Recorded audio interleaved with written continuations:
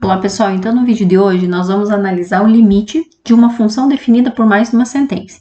Inicialmente nós vamos trabalhar isso fazendo essa análise no gráfico, então vamos traçar o gráfico, fazer um esboço do gráfico, vamos analisar o limite quando x tende a um determinado valor no gráfico e depois a gente vai fazer o cálculo utilizando as sentenças, tá? Fazendo substituição direta no limite.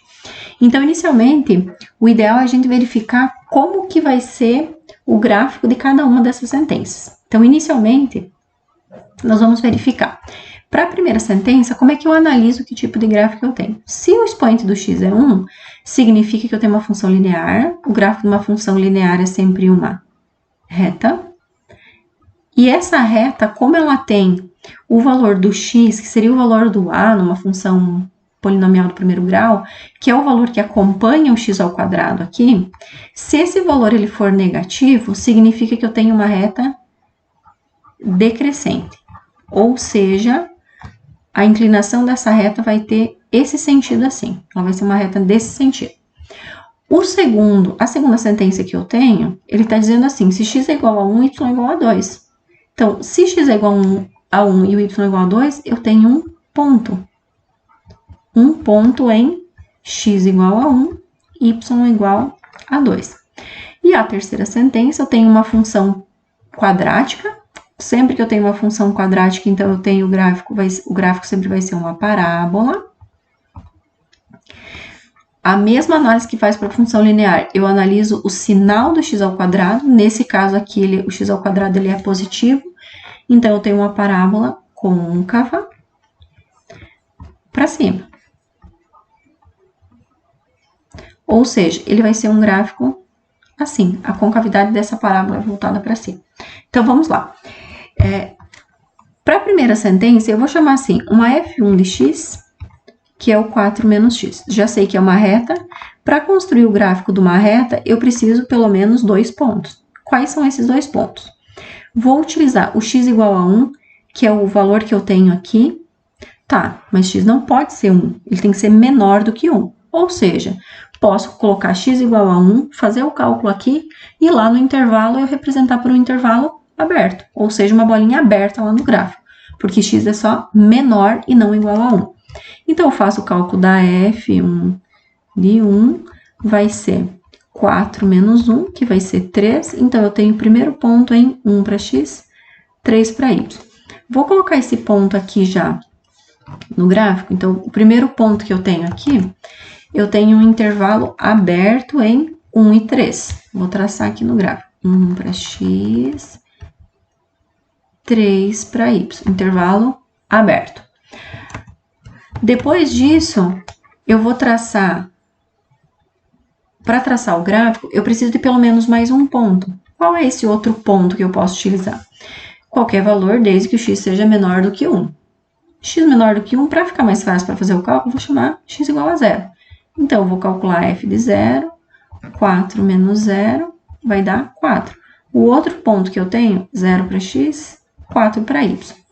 Vou marcar aqui no gráfico, 4 para x, 0 para x, 4 para y. Então, ele vai ser um gráfico que vai passar aqui no ponto, intervalo aberto em 1 e 3, vai passar aqui no ponto 0 e 4 e vai continuar.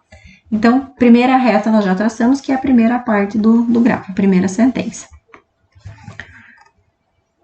Vou traçar aqui. Então, essa aqui é a nossa f1 de x. Agora, eu vou traçar a segunda parte da minha sentença, que é 2. Só que aqui, o que nós temos? Um ponto. Se eu estou dizendo que o x é 1 e o y é 2, eu tenho um ponto em 1 para x, 2 para y. Então, um ponto nesse 1 para x, 2 para y.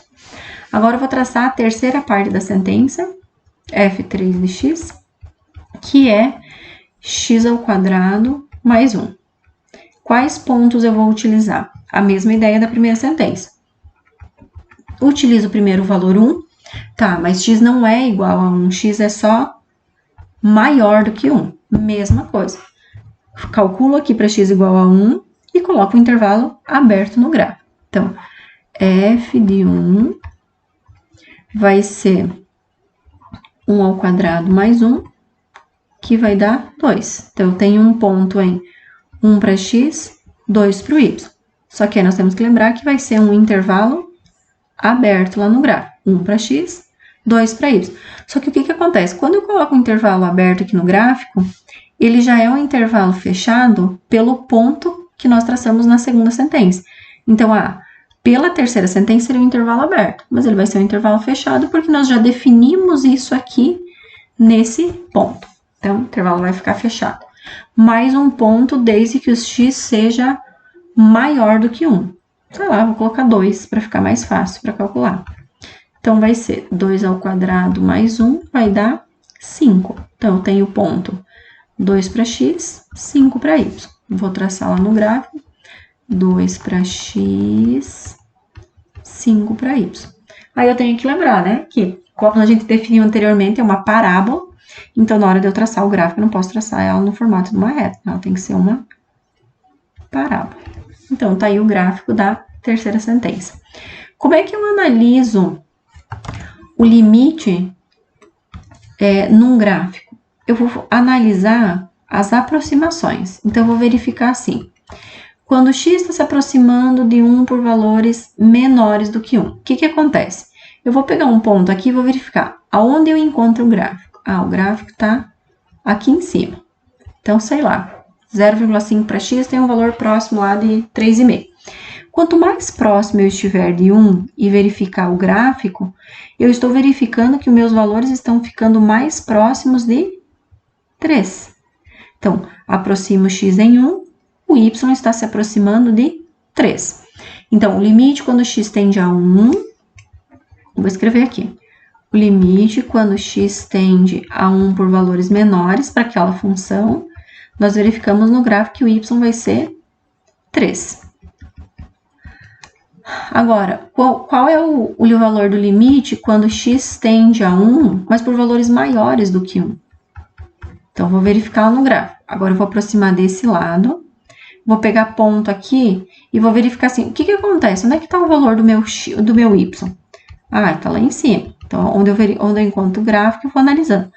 Quanto mais próximo eu estiver em 1, o meu gráfico vai estar mais próximo, ou o meu y vai estar mais próximo de 2. Então, eu peguei um ponto aqui muito próximo de 1, o y está muito próximo de 2. E aí, o que acontece com o meu limite quando x tende a 1? Então, para um limite existir, os limites laterais precisam ser iguais. Nesse caso, nós temos limites laterais diferentes. Se os limites laterais são diferentes, o limite em 1, ele não existe. Por que não existe? Pois os limites laterais são diferentes. Então, a condição de existência do limite é que os limites laterais eles sejam iguais. Agora, eu vou fazer um cálculo, nós vamos analisar aqui, sem precisar construir o gráfico. Se eu quero calcular lá o limite quando x tende a 1 por valores menores, o limite quando x tende a 1 por valores maiores e o limite quando x tende a 1. Nesse caso, como é que eu vou analisar qual é a sentença que eu vou utilizar para resolver esse limite? Então, inicialmente, o que nós temos que fazer? Se eu quero calcular o limite quando x tende a 1 por valores menores do que 1, o que eu preciso verificar? Qual é a sentença que representa valores menores do que 1? Como é que eu sei quais são? Está escrito aqui, ó, x menor do que 1. Então, para x menor do que 1, aqui no cálculo do limite, eu vou utilizar quem? 4 menos x, certo? X tende a 1 por valores menores.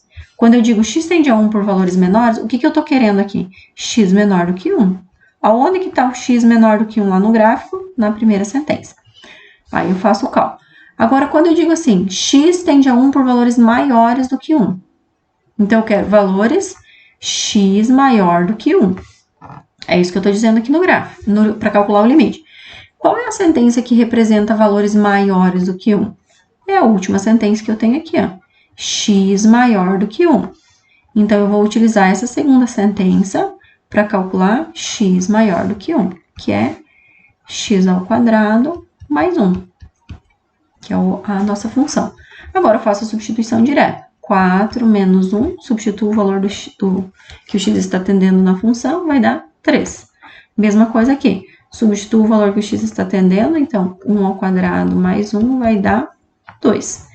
O que nós encontramos aqui? Valores diferentes. Se eu tenho que os limites laterais são diferentes para minha função, o que acontece em x igual a 1? Valores diferentes, o limite não existe. Por que ele não existe? Porque os limites laterais são diferentes. Então, aqui nós verificamos duas possibilidades para resolver um limite de uma função definida por mais de uma sentença. Posso construir o gráfico, analisar os limites graficamente, ou eu posso, então, fazer a resolução direta, fazendo a substituição da função para calcular o valor dos limites, que foi a segunda parte que nós resolvemos aqui.